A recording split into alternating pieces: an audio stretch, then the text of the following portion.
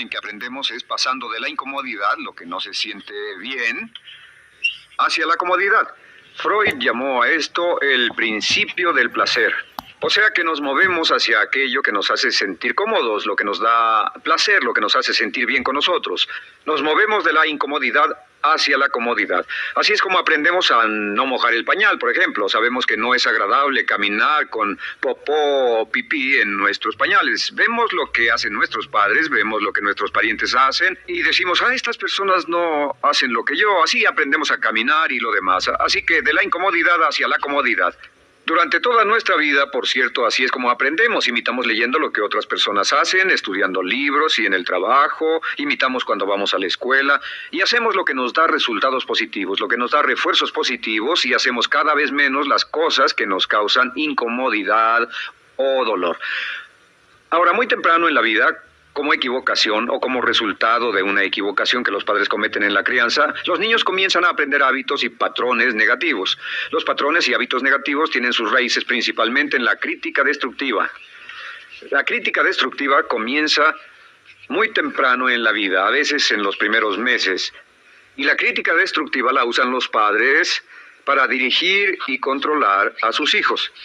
Desafortunadamente, tiene un efecto muy peligroso y dañino sobre nosotros, ya que la crítica destructiva tiende a minar la integridad de la personalidad del niño. Muchos de nosotros, incluyéndome a mí y a muchos de ustedes, nos hemos visto minados y heridos por la crítica destructiva más que todas las guerras en la historia. Ahora, como resultado de la crítica destructiva, comenzamos a desarrollar hábitos y patrones negativos. Los patrones de hábitos negativos son respuestas condicionadas hacia los estímulos. Los patrones de hábitos negativos se desarrollan en los inicios de la vida.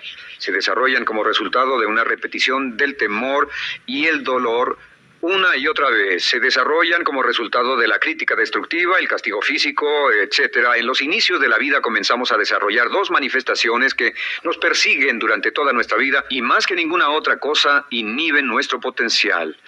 La primera es la llamada patrón de hábito negativo inhibido. El patrón de hábito negativo inhibido se aprende cuando al niño le dicen una y otra vez no. Aléjate de ahí, no toques eso, y se le castiga. Cuando el niño intenta algo nuevo, o se involucra con algo, o huele algo, o derrama algo, o rompe algo accidentalmente, el padre estalla y se enfada mucho.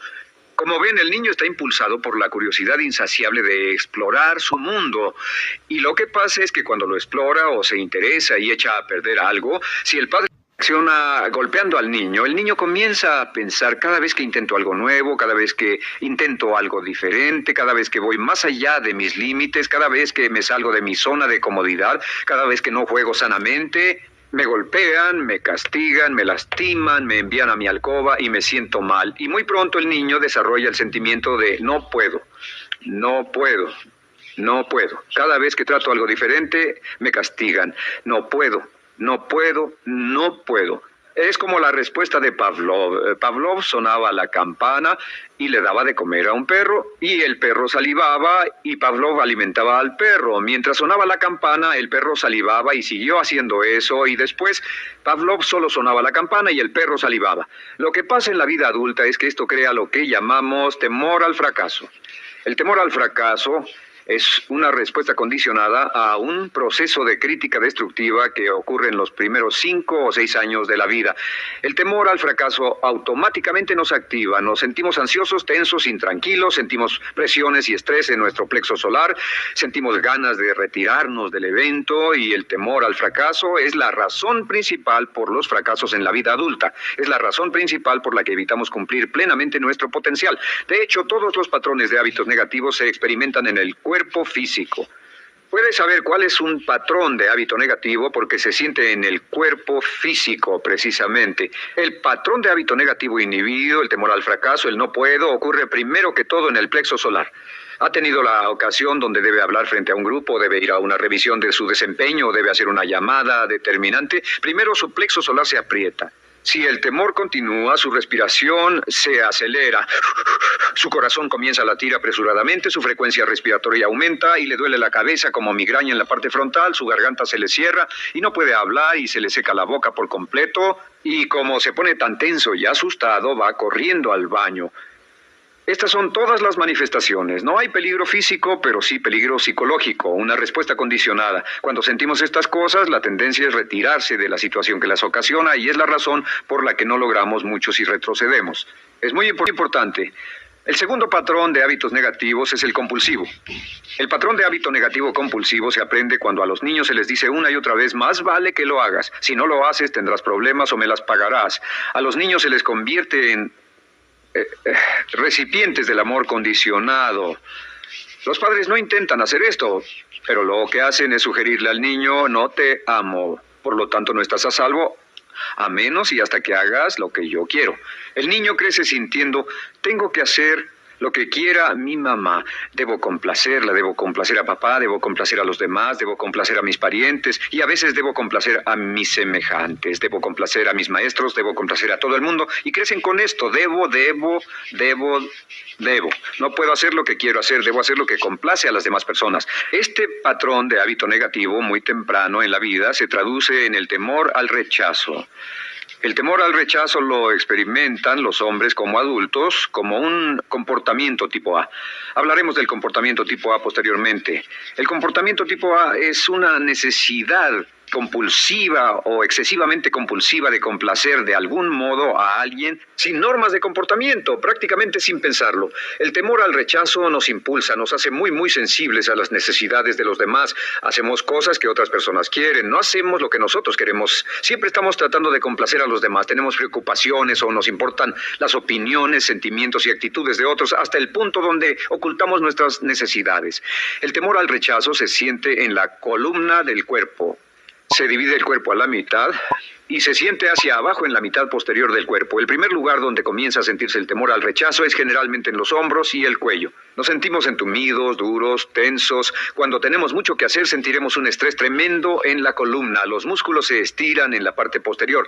A veces se manifestará como flebitis y venas varicosas y a menudo nos darán dolores de cabeza en la parte posterior de esta porque las arterias carótidas que llevan la sangre hasta la cabeza, los músculos a su alrededor se contraen y la cantidad de sangre que fluye hacia la cabeza fluye más lentamente y se siente un terrible dolor de cabeza en la parte posterior. Estos dos temores, los patrones de hábitos negativos compulsivos, el compulsivo y el inhibitorio, son resultado de la crítica destructiva, el gran destructor de la personalidad que nos persigue durante toda la vida. Y lo maravilloso de todo esto es que como son patrones de hábitos aprendidos, podemos olvidarlos. Podemos acabar con el temor al fracaso que nos detiene. Podemos acabar con el temor al rechazo que hace que hagamos cosas que complacen a los demás en vez de complacernos a nosotros, trabajando con nuestra propia autoestima. Porque existe una relación inversa entre la autoestima y el patrón de hábitos negativos. Porque entre más se agrade a sí mismo, menos teme al fracaso. Entre más se agrade a sí mismo, menos teme al rechazo. Entre más se agrade a sí mismo, menos temerá a cualquier cosa. Y si sigue repitiendo, me agrada mi persona, me agrada mi persona, me agrada mi persona una y otra vez, si sigue diciendo esto, con el tiempo su autoestima sube más y más y más y más y sus temores desde luego bajan. Cuando su autoestima sube, sus temores van en dirección opuesta. Ahora, ¿cómo enfrentar la crítica destructiva si debe criticar a otras personas? Pues eso es muy simple. Muchos padres nos han preguntado eso. ¿Cómo se controla a los niños? Una de las claves para controlar a los niños es dirigirlos para que hagan algo constructivo en lugar de hacer algo destructivo. Otra cosa que debe recordarse es que lo que quiere hacer es que quiere dar una crítica informativa, crítica constructiva, lo que significa que se les dice a los niños lo que pueden hacer o a los adultos lo que pueden hacer mejor. Todo el propósito de dar retroalimentación de cualquier tipo es mejorar el desempeño. Si es padre o si es jefe o si es una persona en una relación, si una persona está haciendo algo malo o inadecuado, todo el propósito de darles cualquier tipo de retroalimentación es para que puedan hacerlo mejor. Sin embargo, existe una relación directa entre la autoestima y la crítica destructiva. Cada vez que se critica a una persona, su autoestima baja.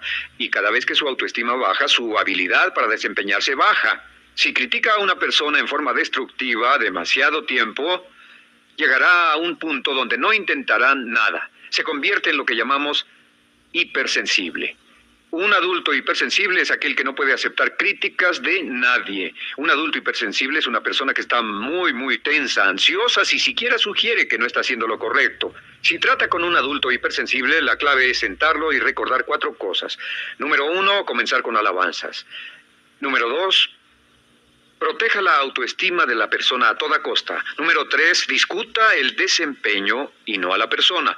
Hable del comportamiento más que de la persona.